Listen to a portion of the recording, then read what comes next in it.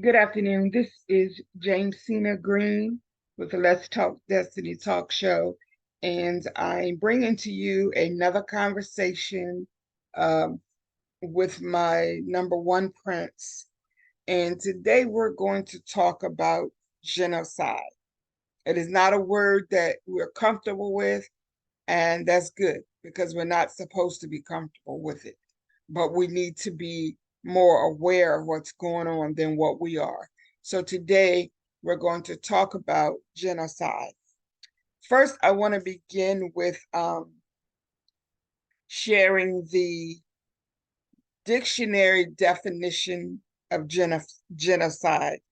And it says the deliberate killing or severe mistreatment of a large number of people from a particular national or ethnic group with the aim of destroying that nation or that group.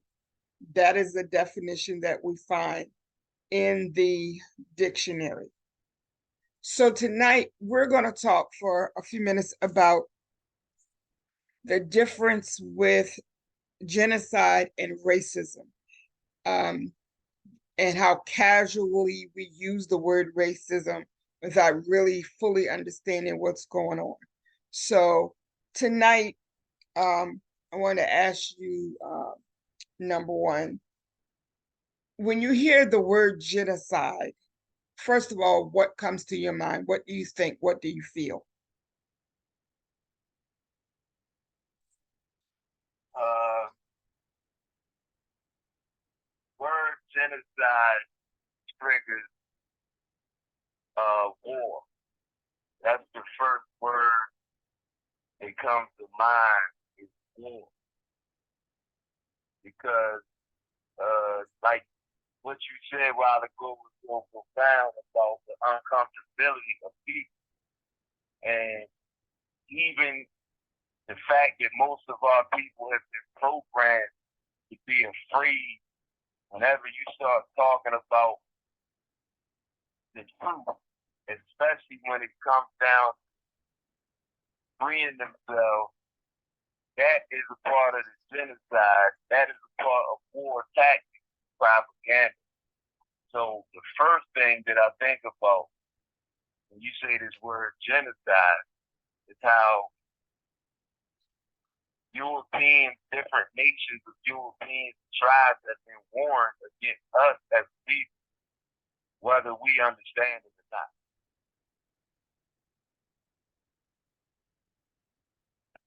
The other day we talked about how genocide is so much more than what we call what we talked about as the watered down acceptable use of the word racism. People use that word racist and racism and bigotry so much anymore that it really doesn't strike people and stir people up as much as it should. But actually, what we are experiencing is not people just being racist toward us. We are experiencing genocide. What are some examples that you could share with us when you think about the genocide of our people? What would be some examples or ways that you see that in action?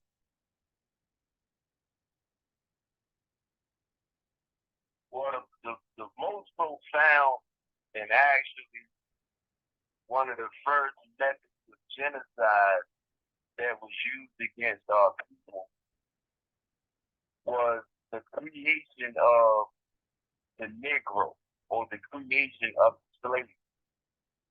And what I mean is, it's okay, even when you say the word racism, right? Truthfully, anthropologically, socially, and in true history, there is only one race. So to even say or give people the out of saying that they're racist would automatically mean that one group is saying their race is superior to another race. But I will remind everybody listening there is only one race, and that is the human race. So again, most people like to run to their religious texts. Well, I'm quite sure that the texts all say that all people came from who we term Adam and Eve. So again, no matter the nationality or ethnicity, there's only one race. Right. So you had a German so-called scholar, but again, he was nothing more than a sociopath. Hated anybody that wasn't of his kind, his stock. But his name is Frederick von Blumenbach. And around 1795, he coined the phrase five races of people. So when we say, black race, red race, white race, yellow race, so forth and so forth, actually we are repeating the ideology of a German anthropologist, so-called scholar, who was in fact one of the people that Adolf Hitler studied in order to found his ideology. That's number one. So again, to say racism, then we say, okay, well, that's just so-called white people putting themselves above black people or brown people and so forth and so forth. But to actually see this as genocide, then you understand that when you remove a people's nationality, when you take a group of people out of the human family by calling them by certain slave brands such as Negro, then you detach people from their roots. You detach people from their ancestors. You detach people from their land. You detach people from their birthright. This is an act of genocide. That is an act that was clearly designed from the onset to destroy, literally destroy a group of people that all come from the same origin, i.e., African people, Moors, or contemporarily known as black people. So even again, that is just the start of what they did. So we got to understand the importance of when they started kidnapping, enslaving, violating treaties that were made, and they invented the word Negro and placed it on us. Even that simple act that they wrote into their legislation, that is an act of genocide. Because again, humanity is known by their nations. So if you remove a person's nation and they don't know where they come from, you have in fact destroyed that nation. And this is probably one of the biggest legal problems that we face to this day. Wow, that's powerful. And that's the beginning of the layout of the whole plan or the whole action of genocide toward us. Now let's shift gears a little bit. Let's talk about, because there are people who always come back with, when we talk about slavery, and then we move on to police brutality against people of color, state-sanctioned murders of people of color where there are no consequences and no punishments. Somebody always throws up that we are killing our own selves, that we kill each other. And in prior conversations, we have talked about the environment and the mental state that most of these young people are in when they commit uh, murders against each other, they kill each other. And it goes back to being set up to commit these crimes. And I know everybody doesn't commit crimes before anybody comes at me, but what would you say are some of the things that are missing in our community or that are intentionally, strategically placed in our communities to set up the acts that we see happening in a lot of our communities? Okay, so even with that, right, that ties itself back to,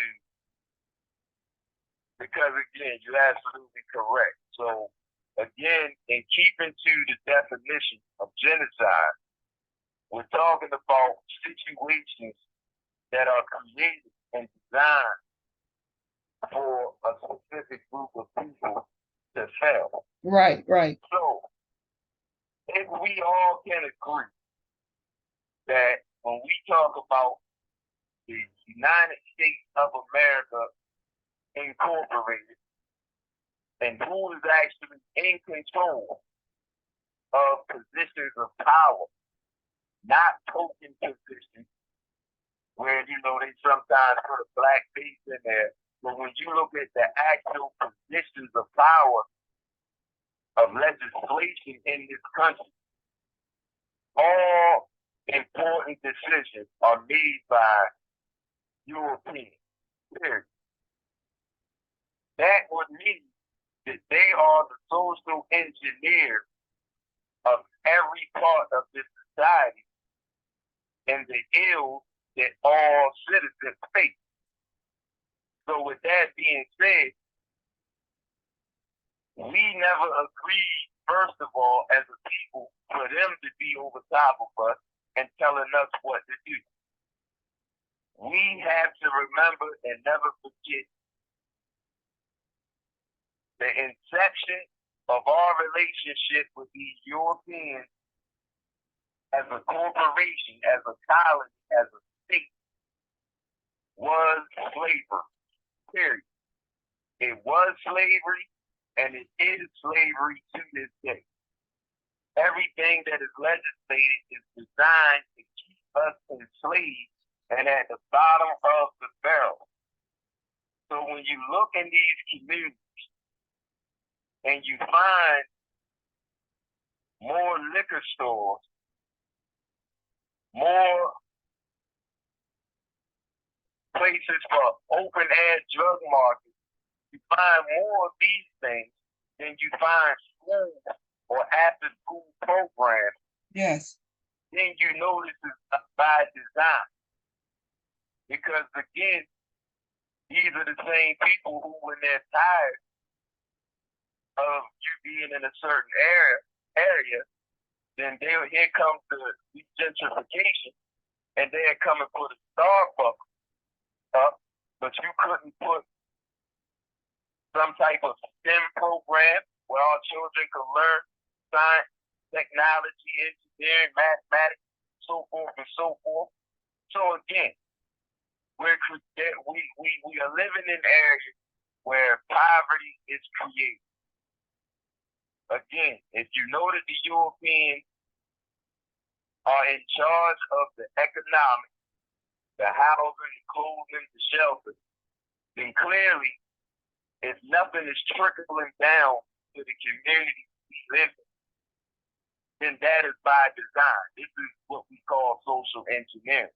Yes. When we find the word healthcare in our area, this is socially engineered. All of these things are designed to kill us all, while at the same time keeping us alive long enough to benefit bureaucratically off of it. Yes. Even the lead situation.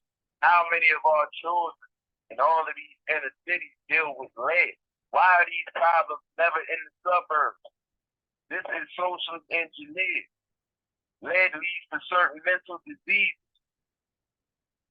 So when you talk about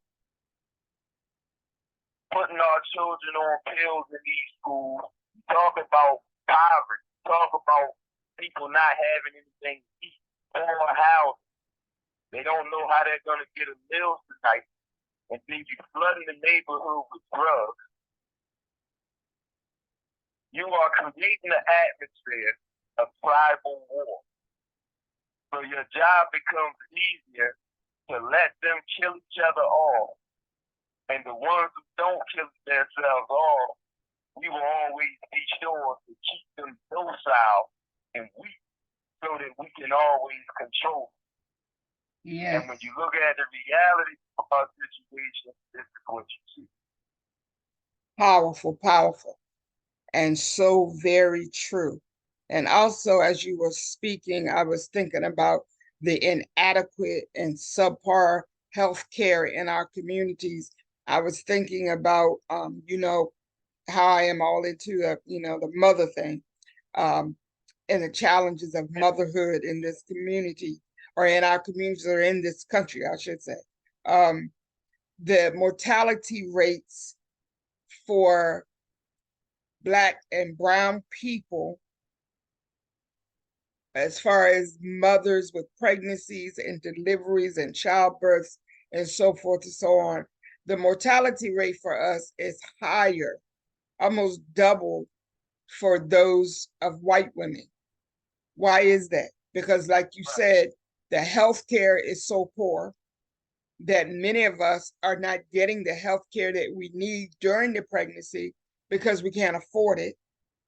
And then when we finally do end up at the hospital, we're dealing with someone who doesn't necessarily uh, give two ham sandwiches, whether or not we survive or the baby survives or whatever the case may be. So again, it goes back to a form of genocide, because if we're not giving you proper health care, we're not making sure you're eating properly. There are very few fresh produce setups in our neighborhoods, um, places where we can go and get good nutritional food at a reasonable cost are not in most of our neighborhoods. So as you're pregnant, you're not getting the food that you should be getting, the nutrition that you should be getting. Therefore, the baby's not getting what they should be getting. And so then again, a form of genocide. That's right. Yeah. And I think these conversations are so important because we just overlook things. We one of the things that disturbs me about our people is our emotional response to things. And then the emotion dies down. And like you said, we become docile, and I don't want to, stir up no trouble. I don't condone violence. I just believe in peace. And the whole time the system is set up to kill you and yours, and you're not paying attention. So that's why these conversations are so important. Yes, man. I was, Even that, like, go ahead, Queen. I was just saying later on this evening, I'll be talking to a young lady with regard to uh, incarceration and the mass incarceration and the prison industrial complex, and how people of color from elementary school are set up to fail in many areas as a people, and that they're building more prisons and detention centers than they're building, like you said earlier, schools and facilities where our children can go and learn things that will help them in their future, something other than basketball and sports. Um, we can't find money for things like that, but we can find money to put up another police station. We can build more sheriff's offices. We can build more prisons. And it's all about the genocide. And even when people end up in prison, those who are blessed enough to come home, they come home different than what they went in. And the mental impact that being in a concrete plantation has on them affects them, and again is another form of genocide.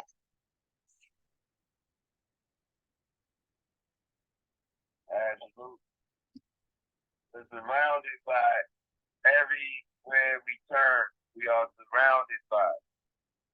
We spoke before concerning the media, like every channel, everything we hear, the frequencies that are put out with the radio wave, the actual science of that. All of those things are designed to attack your body, whether outside or inside, mentally, spiritually. It is designed to break you down and program you in certain ways. Yes. And again, we have, it's a matter of literally extinction, and just one more thing on this to like tie in what I spoke about earlier about you detach people from their bloodline and Yeah. their birthright. Something else people have to realize as well is most of the time when we're dealing with the US of A corporation, because just saying United States or United States of America is not actually pinpointing what we're talking about. Mm-hmm. So I would remind people there are many different United States because America is two continents and an isthmus in between, which we call Central America. So what United States are you talking about? United States of Mexico, United States of Bolivia, United States of whatever the case is, so forth and so forth. But this metaphor, this political metaphor that Europeans use when they say it, they're talking about the actual jurisdiction that they stole. But remember, saying white people or black people, those are simply political identifiers. Those are not identities of nationhood. Right. And when they agree to leave their nation, they agree to come together in this business. And the name of that political party that they come together as is white. White lawfully means landlord, landowner, God, purity. So when we say calling them white people, we are calling them the landlord. We're calling them the landowner. So if we keep using this spell and calling out these words in the spirit of the word, then we can't get mad when they act like this. And lawfully, black means civilly dead, that we don't have any right civilly. So again, look how we're treated. And we continuously place these spells on ourselves because we don't understand these people are their ancestors the same way we are ours. So their ancestors were the Inquisition. Their ancestors were the colonizers. Do you think for 1 second that their descendants are not also fulfilling the plan that their ancestors started with, which is Inquisition and colonizing our land and our body and our woman's womb? Of course it is. And that is genocide. That's powerful and very truthful. And we as a people have got to study more, pull our head out of the sand, stop just getting along, going along to get along, sitting back quoting scriptures and singing hymns. We need to study and find out our history, where we really came from as a people, what we're supposed to be doing right now, and so we'll know where we're going, what is happening to us, what is occurring. Excuse me, post-nasal drip. But it is so important that we have these conversations together as people, because we have children and grandchildren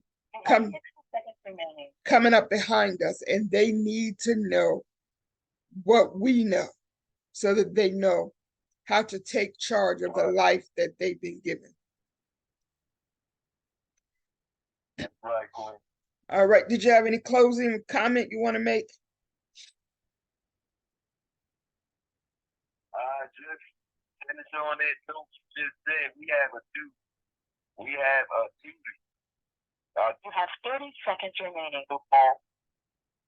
Our duty is not to accept slavery and just go along thinking that we're being comfortable while we're being wiped out. We have a duty to these children coming behind us to correct these wrongs. Absolutely. All right, Miss Shani. Johnny, I'm going to talk to you later. All righty. Love you.